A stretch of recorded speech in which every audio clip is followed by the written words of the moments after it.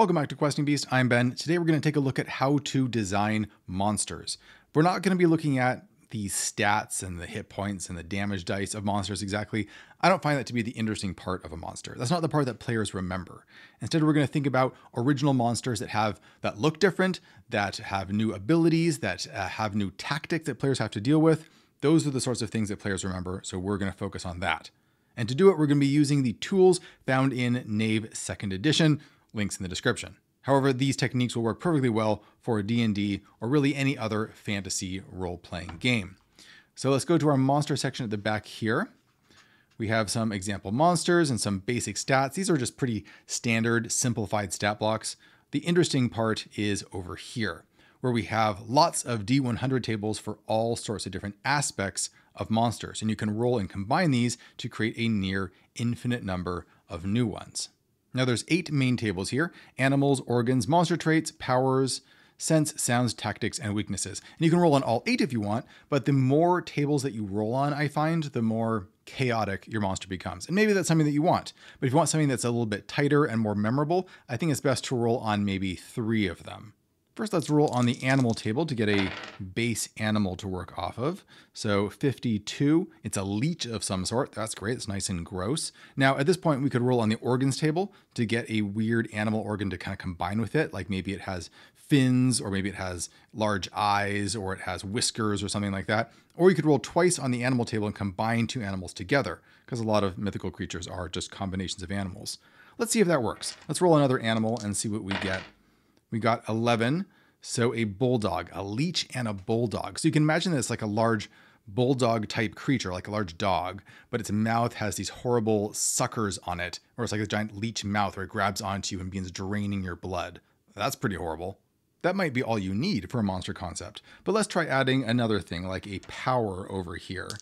He has a special power and it is 81, which is to raise the dead.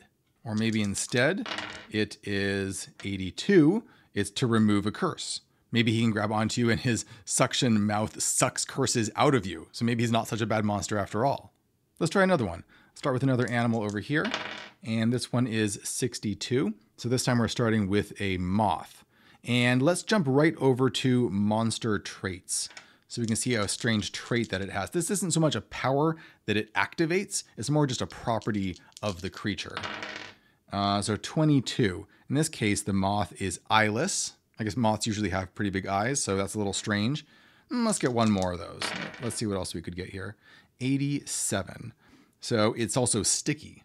How can we put all this together? Let's say that you're in a forest somewhere and you touch the wrong bush, and suddenly the air is full of all of these moths fluttering around you. They seem harmless at first until they start landing on you, all over you, and sticking to you, and you can't get them off. Why is this a problem? Because they have some other power that they can now use now that they're all stuck to you. And that is 93, swallow you whole? That seems a little improbable. Let's try and do one more and see if we get something a little bit better.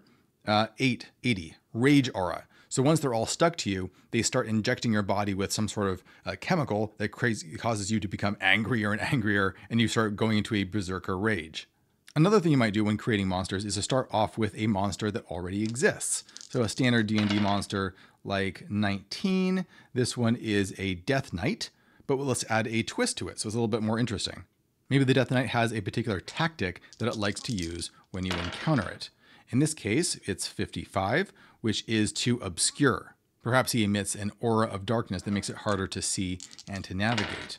Or maybe we have 43, he likes to grab people. So he tends to rush you, he doesn't have any weapons, grabs you by the neck, picks you up and throws you across the room. And it's always fun to fight a monster that has a particular weakness. So maybe this Death Knight that likes to throw you around has a weakness of 39, which is his heart. His horrible black beating heart may be visible inside his chest, or maybe it's somewhere else in the castle and you have to find it. Or perhaps instead it's 56.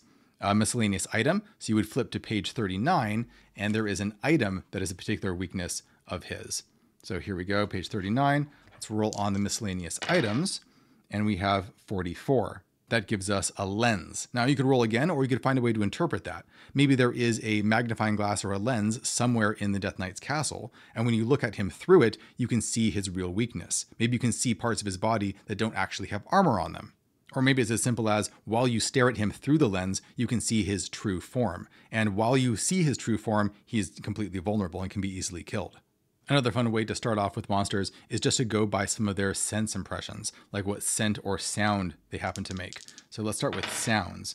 92, it creates a trotting sound. Maybe it's a horse-like creature, or at least it has hooves of some sort. And a scent that it gives off so you know that it's coming is 56. So it smells like mint. If you need to come up with actual stats for a monster that you've rolled up where you have a good solid concept that you think would be fun to interact with or fun to fight, then what I usually do is just look at the bestiary here, or the bestiary, or in this or in any other role-playing game, whichever one you happen to be running, and find a monster that's fairly similar and just use those stats. Or, in the worst case scenario, you can always use a bear stats, because bears are, stats are pretty similar to most medium-sized creatures that you're going to fight, and players usually won't know the difference. Let's create one last monster. In this case, I'm going to skip rolling on animals and just go straight for rolling twice on this organ table. And we'll just combine those to see if we can create something weird. So 31, it has fangs. That's pretty traditional. And what else? Number 9, it has a bushy tail. In this case, I'm imagining a kind of vermin type creature, something snarling and full of sharp teeth that crawls out of the underbrush. But maybe let's get one more and see if that helps at all. A long tongue. That's a really funny image. I'm now imagining like a squirrel with a long frog tongue, and it sticks out its tongue and snares you with it and then pulls itself onto you and begins chewing on you. Okay, one last one. Let's go with animals again. This time we got number 4, a badger, another woodland type creature. And let's give it a weird monster trait, 51. In this case, it's a many-headed badger, and it has a power of some kind. What does it have? 66. This one has memory control. And because this badger has 2 heads, let's say that maybe the first head, if it hypnotizes you, you stare directly into its eyes, it begins deleting parts of your memory so you can't remember things. And the other head, if you look into its eyes, begins adding new things to your memory that weren't actually there. It's a little silly to have this creature be a badger. It might be more fun to have it be like a snake or a dragon of some sort, but you get the idea. There are so many different ways that these concepts can be combined, and you can come up with all sorts of new things that players have not seen before. If nothing else, it really shakes up your creativity and forces you to think in new directions that you normally wouldn't imagine. If this looks like fun to you and you want to create your own monsters using these tables, you can check Knave 2nd edition out in the links in the description, where it's available in PDF or in print form. Thanks for watching, everybody. I'll see you next time.